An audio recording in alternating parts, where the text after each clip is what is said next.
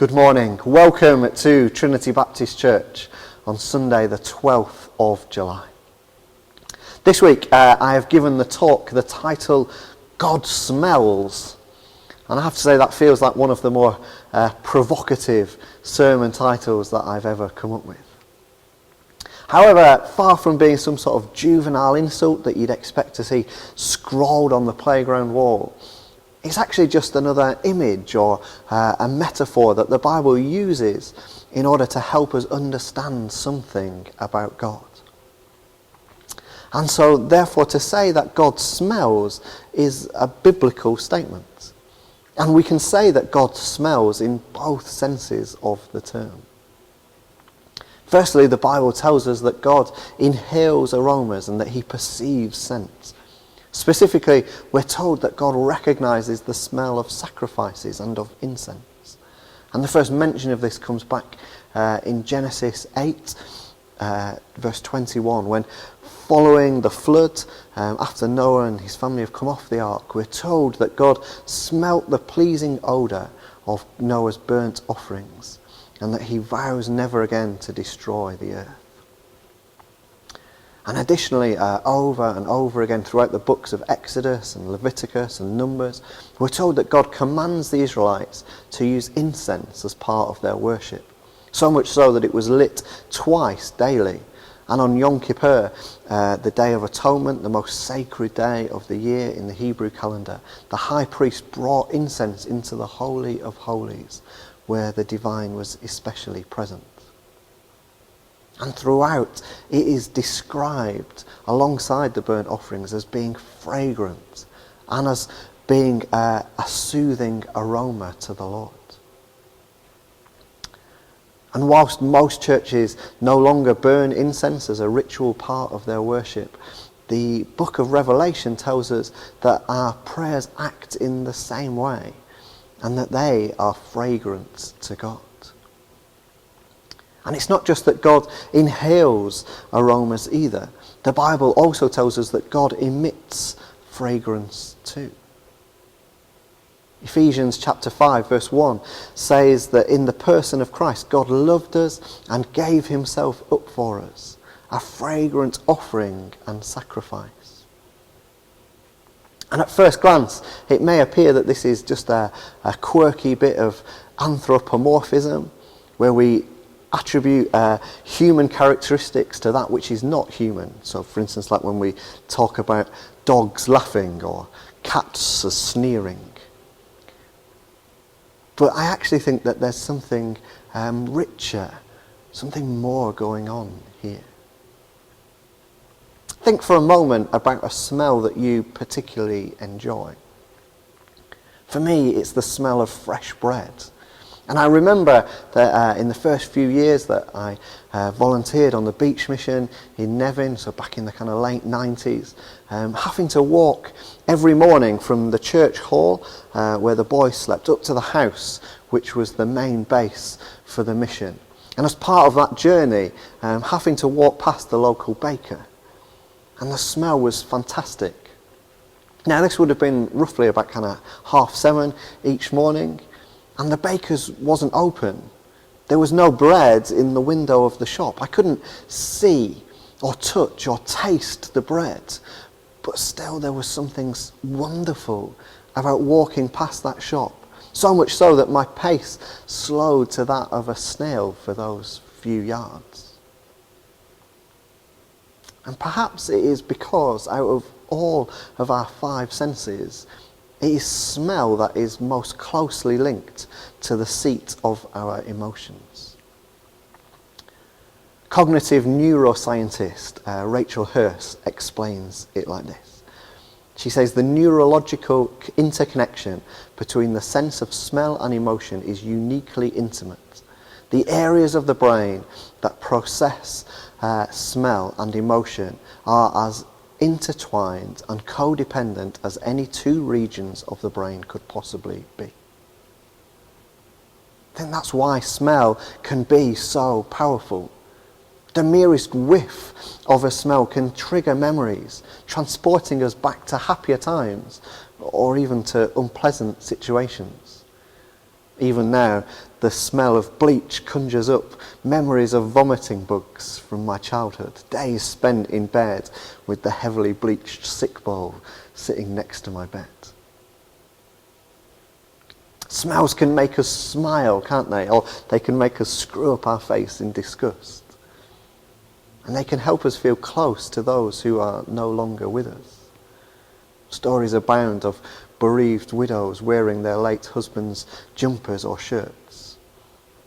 Or of mothers whose children have left for university sleeping in the bed of their absent offspring.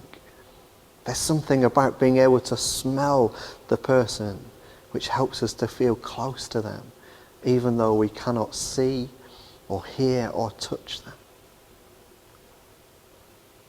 And it is through this sense of smell then that God invites us to draw close to him, though we cannot physically see or touch him. The author Lauren Winner puts it like this: God has, since Eden, been inviting us into intimate communion with God's own self. God has been inviting us into divine life, drawing us into divine life, and we are participants in that divine life. Yet we remain separated from God. The final book of the Bible tells us that the prayers of the saints are in fact incense, carried in golden bowls.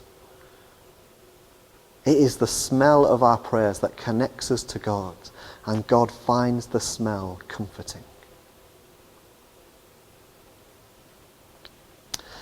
Our main passage today from 2 Corinthians chapter 2 verses 14 to 16 goes one step further and suggests rather than smell just being a way of drawing us close to him, it is through us that God emits his fragrance into the world.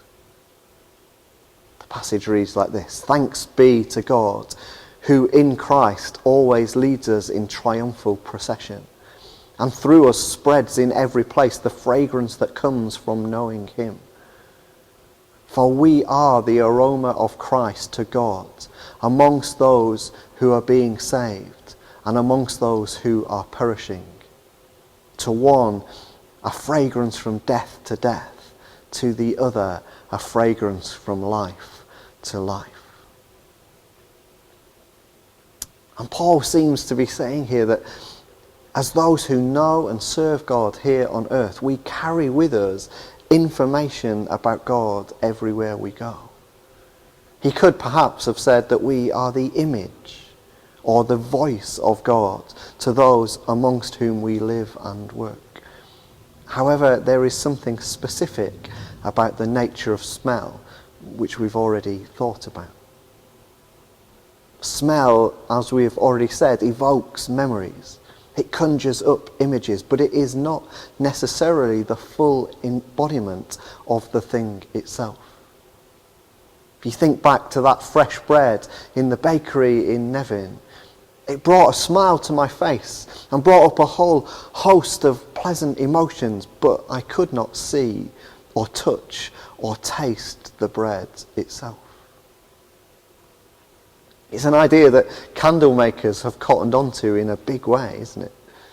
If I so wished, just by lighting a candle, my house could be scented like fresh bread without the need for me to make up any dough. Or be scented like a bouquet of freshly picked flowers without the associated hay fever-induced sneezing. There's even a bacon-scented candle for those who are so inclined.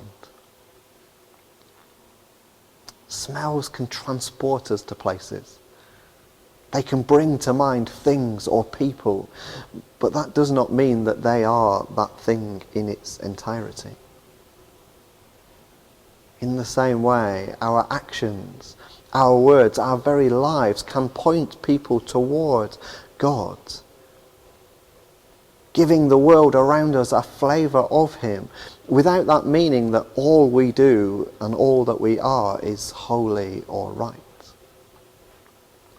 For instance, my friend Dan established a charity up in Durham working with people who are disadvantaged due to crime, alcohol or substance abuse. And through woodwork classes and gardening sessions, it helps them to gain skills to find employment or to start their own enterprise. In his hospitality, in his heart to serve others, and in his belief that everyone is deserving of a second chance, I'm able to smell something of God and his love for his creation. But I'm sure that Dan would be the first to tell you that that does not mean that Dan is fully representative of God, nor that everything he does points to God in the same way. In our passage from 2 Corinthians, Paul also seems to suggest that the aroma of God, us, doesn't smell the same to everyone. Or at least that the same smell will be perceived differently by different people. To the one, a fragrance from death to death. To the other, a fragrance from life to life. I think that means that how we perceive the fragrance of God depends on how we are oriented. If we are oriented toward God, then it will smell sweet. But if we are turned away, then it won't be as nice. And I think that actually the truth is that we are all probably a mixture of the two. Sometimes turned toward God and others turned away. And so perhaps the smell test can be a helpful reminder to pursue those things which bring life.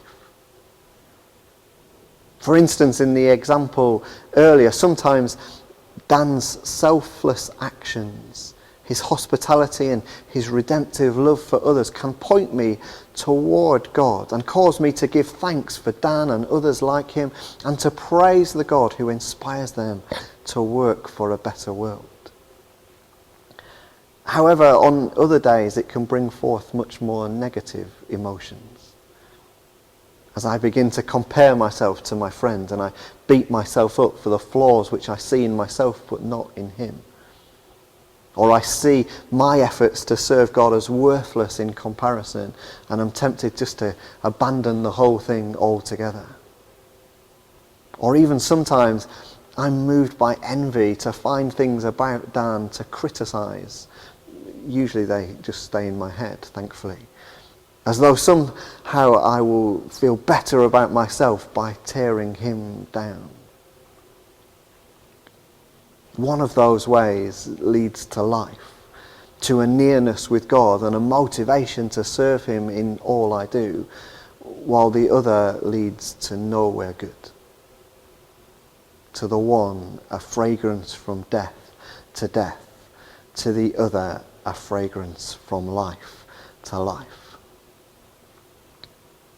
And so may you, this week, emit the fragrance of God in all that you do and all that you say. And when you smell the aroma of God, may you pursue all that is good, all that leads to life and which draws you closer to him. And may you leave aside all that drags you away. Amen.